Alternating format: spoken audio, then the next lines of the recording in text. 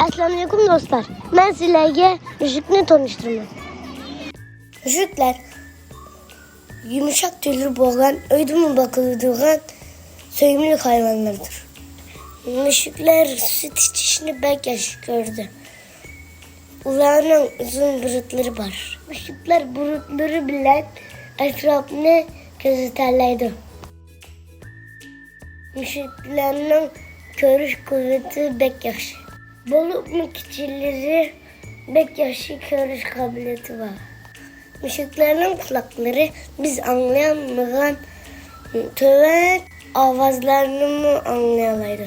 Müşrikler küçükken burunları bilen bek yaşı pırağlaydı. Müşrikler kulaklarını avazının kelgen terapiye hareketlendiriyorlardı. Müşriklerin tadı da naiti köp koşukka okşaydığın ormanlar var. Labo başka naiti tez süt ve su içerlerdi. Müşriklerin tilleri bek yirik. Şimdi sineklerden güçlerini dizle ayırıp yerlerdi. Müşrikler bek palkız hayvandır.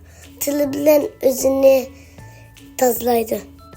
Müşrikler uhlaşını bek yaş gördü. Her günü tahminen 13-14 saat uhlaydı. Bazı da tıkı 20 saat mi uhlaydı. Müşriklerin her hıl miyavlaydığın avazı var. Müşrikler bazı da tıslaydı, bazı da mırıldaydı, bazı da hırlaydı.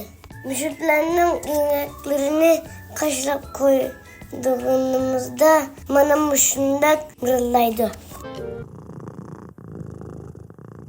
Müşriklerin altı putu da 5, arka putu da 4 parmak bağır.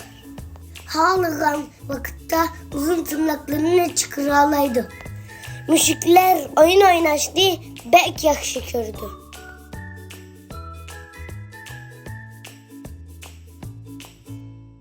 Benim köyünün bir müşrikim var.